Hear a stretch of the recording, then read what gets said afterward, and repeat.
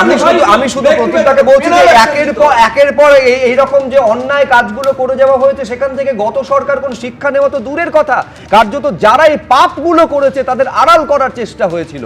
প্রতিটা দেখুন, একটু এতক্ষণ ধরে একটা জিনিসই আপনি বারবার বলছিলেন শুভ্র, সেটা হচ্ছে যে এই সবাই কি করছিল, মানে পুরসভার লোকজন, আধিকারিক, রাজনীতিবিদ, প্রত্যেকে মুখ্যমন্ত্রীর নির্দেশের অপেক্ষা করছিল। আজকে মুখ্যমন্ত্রী শ্রী শুভেন্দু অধিকারী তিনি একটা খুব কড়া নির্দেশ দিচ্ছেন একদম ওপর থেকে নিচতলা অবধি, যে যারা আইনের বিরুদ্ধে কাজ করবে, আইনের বাইরে যাবে, তাদের শাস্তি হবে। সেটা পুলিশ হতে পারে, তাদের দলের রাজনীতি কর্মী হতে পারে, অন্য দলের রাজনৈতিক কর্মী হতে পারে। এই যে নির্দেশ, এই যে আস্থার একটা সৃষ্টি হচ্ছে, সেইটা কোথাও গিয়ে গত 15 বছরে দেখা যায়নি। গত 15 বছরে দেখা গেছে রাস্তায় দাঁড়িয়ে, মানে সাধারণ লোকের সামনে আইএস আইপিএস অফিসারদের একেবারে ধমক দিয়ে তাদেরকে অসম্মান করা, এটা দেখা গেছে। কিন্তু এরকম স্পষ্ট নির্দেশ, স্পষ্ট নির্দেশিকা, যাতে মানুষের আস্থা বাড়ে, যাতে মানুষ শান্তি শৃঙ্খলাভাবে বাঁচতে পারে, বেআইনি নির্মাণ এগুলো বন্ধ হয়, তোলাবাজি বন্ধ হয়, এই যে স্পষ্ট নির্দেশিকা, এটা সাধারণ মানুষ আশ্বস্ত হচ্ছে। এবং এই যে আপনারা এই যে প্রথম 8 দিন বলছেন, প্রথম 1 মাস তৃণমূল কংগ্রেস যখন এসেছে শুধু বলে গেছে সিপিএম বদমাইশি করছে, সিপিএম বদমাইশি করছে, কি করব সেইটার কোনো নির্দেশ ছিল না। সেটা আজকে কিন্তু এই সরকার এসে একবারও বলছে না যে তৃণমূল কংগ্রেস এগুলো করে গেছে, এগুলো করে গেছে। তারা বলছে আগামী দিনে কি হবে, এই আগামী দিনে শান্তি সুরক্ষা কিভাবে বজায় থাকবে তার যে স্পষ্ট নির্দেশিকা মুখ্যমন্ত্রী দিচ্ছেন, এতে সাধারণ মানুষ আশ্বস্ত হচ্ছে এবং সাধারণ মানুষ সময় দেবে যে যখন একটা ভবিষ্যতের নির্দেশিকা আছে, তাহলে এই সরকারকে সময় দিতে হবে যাতে এগুলো পূরণ করতে পারে ভালোভাবে। এবং একটা জিনিস শুধু বলবো যে বেআইনি নির্মাণ, সেই নির্মাণ যেরকম শহরাঞ্চলে আছে, গ্রামাঞ্চলেও আছে, সেগুলোর দিকেও নজর দিতে হবে। এবং দলীয়ভাবে বিজেপির নেতৃত্বকে দিয়ে মাননীয় মুখ্যমন্ত্রী শুভেন্দু অধিকারী সেদিকেও নজর দিতে হবে, যাতে শুধু শহর নয়, শহর গ্রাম সারা পশ্চিমবঙ্গে বেআইনি নির্মাণ এবং তোলাবাজি এগুলো যত শহরের ওপরে দৃষ্টিপাত হচ্ছে, সারা গ্রামাঞ্চলেও যাতে একই রকম ভাবে সবকিছু হয়। তোলাবাজি, কাটমানি এগুলো সব ইতিহাসের পাতায় চলে যায় যদি আইনের শাসন প্রতিষ্ঠা করা হয়। এই আইনের শাসন প্রতিষ্ঠা করার ন্যূনতম চেষ্টা, প্রশ্নটা হচ্ছে গত 15 বছরে কি দেখা গেছিল? নির্বাচনী প্রচারে আজ ফলতায় গেছিলেন মুখ্যমন্ত্রী এবং সেখানে পুনর্নির্বাচনে 1 লক্ষের বেশি ভোটে বিজেপি প্রার্থীকে জেতানোর আহ্বান জানালেন শুভেন্দু অধিকারী।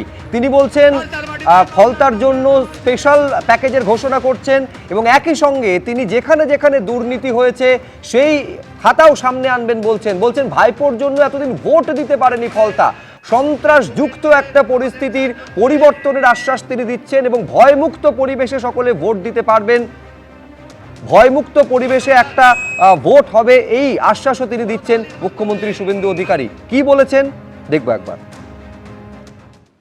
মাননীয় ভাইপো বাবু,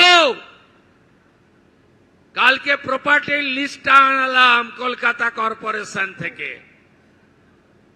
আপনার লিপস এন্ড বাউন্স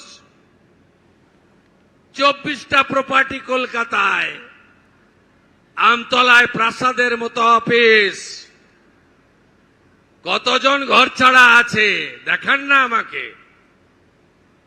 কি করেছেন আপনারা আমরা জানি না।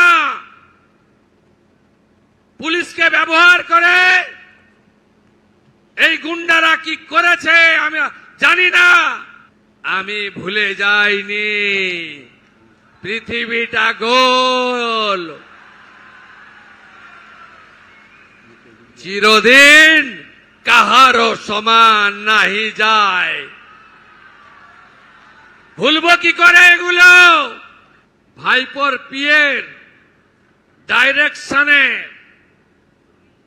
কারা কারা ফলতা ডায়মন্ড দক্ষিণ 24 পরগনায় অত্যাচার করেছেন, সাংবাদিক বন্ধুদের, নাগরিকদের, বিজেপি কর্মীদের, অন্য দলের নেতা কর্মীদের, এমনকি তৃণমূলের কিছু কিছু লোককে তাদের কার নির্দেশে করে। এবিপি আনন্দ, এগিয়ে থাকে, এগিয়ে রাখে।